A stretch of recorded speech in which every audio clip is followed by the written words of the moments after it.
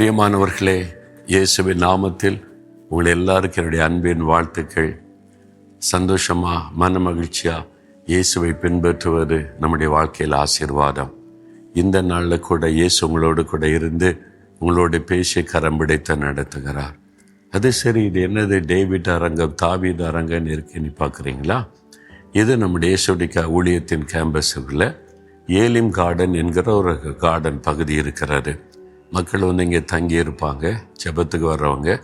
இதில் David auditorium, தாவீது அரங்கன்னு ஆண்டவர் கட்ட சொன்னார். எதுக்குன்னு சொன்னால், பல சபை பிரிவை சார்ந்தவங்க, பல ஊழியங்களை சார்ந்தவங்க அவங்க இந்த கேம்பஸில் தங்கி கூட்டம் நடத்த விரும்புகிறாங்க. நம்முடைய தேவனுடைய கூடாரத்தில் தினமும் ஜெபங்கள் கூட்டங்கள் நடந்து கொண்டே இருக்கும். அதனால் இப்படிப்பட்ட வர்றவங்களுக்காகவே தனியாக ஒரு அரங்கத்தை செய்ய சொல்லி ஆண்டவர் கட்டளையிட்டு இதை ஒழுங்கு செய்திருக்கிறோம். இதுக்குள்ளே கிட்டத்தட்ட 1000 பேர் அமர முடியும். இப்போ கூட இங்கே பல திருச்சபைகளை சார்ந்தவர்கள் அவங்க சபை சார்பான கூட்டங்கள் ஜெபங்கள் எல்லாம் இங்கே நடத்துவதற்கு நம்ம இடம் கொடுக்குறோம். அந்த வசதிகளை செய்திருக்கிறோம். அந்த இடம்தான் இது. தாவீது அரங்கத்தில் பல சபை பிரிவுகள் ஊழிய பிரிவுகளை சார்ந்தவங்க அப்பப்போ தொடர்ந்து கூட்டம் நடத்தி கொண்டே இருப்பாங்க. சரி, இந்த நாள் ஆண்டவர் எனக்கு என்ன வார்த்தை வைத்திருக்கிறார்னா, ரோமர் 8:14 எவர்கள் தேவனுடைய ஆவியினால் நடத்தப்படுகிறார்களோ அவர்கள் தேவனுடைய புத்திரராயிருக்கிறார்கள்.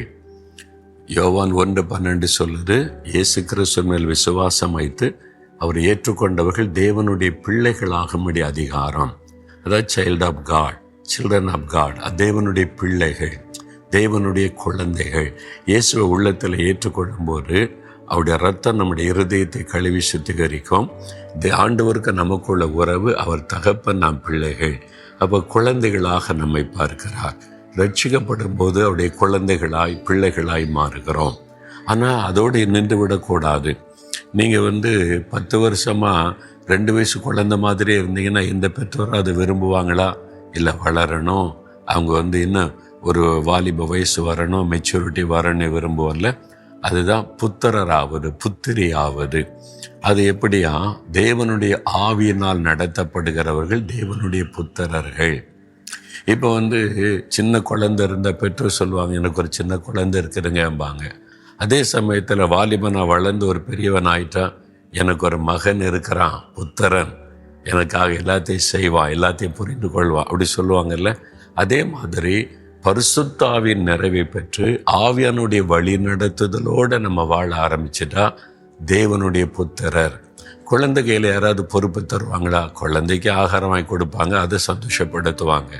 ஆனால் புத்திரன் ஆயிட்டா நாம் நம்முடைய பெற்றோரை சந்தோஷப்படுத்துகிற நிலைமைக்கு வருகிறோம். அதுதான் பரிசுத்தாவினால் நிரப்பப்பட்டு நடத்தப்படுகிற அனுபவத்தில் வந்தவங்க தான் ஆண்டவரை சந்தோஷப்படுத்த முடியும். இன்னும் எவ்வளோ நாளைக்கு ஆண்டவர் என்னை குழந்தை மாதிரி நடத்தணும்னு நினைக்கிறீங்க? நீங்கள் அவரை தகப்பனாக நினச்சி சந்தோஷப்படுத்தணும்ல. அப்போ ஆவியானவரால் நடத்தப்படணும். காலையில் எழும்பி ஆண்டவர்கிட்ட கேட்கணும், இன்றைக்கி நான் என்ன செய்யணும், எப்படி செய்யணும், இதை எப்படி செய்யணும். ஆண்டவர் ஆலோசனை கொடுப்பார், வழி நடத்துவார். இந்த ஊழியம் இவ்வளோ சிறப்பாக நடக்க என்ன காரணம் தெரியுமா?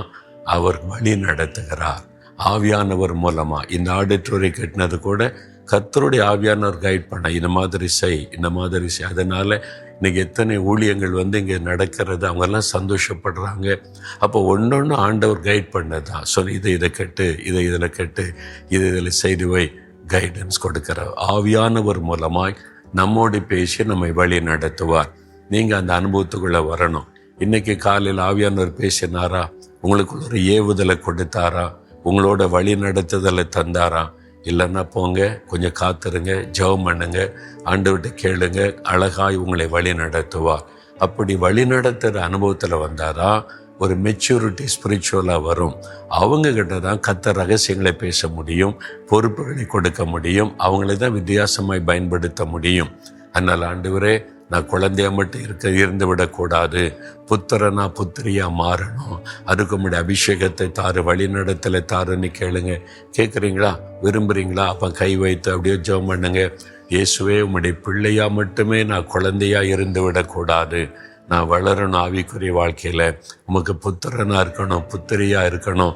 அந்த அனுபவத்தை எனக்கு தாங்க. ஆவியினால் நிரப்புங்க, ஆவியானாரால் என்னை வழி நடத்துங்க. நீங்கள் வழி நடத்துகிறபடி வாழ ஒப்பு கொடுக்கிறேன். இயேசுவின் நாமத்தில் ஜெபிக்கிறேன். ஆமேன், ஆமேன்.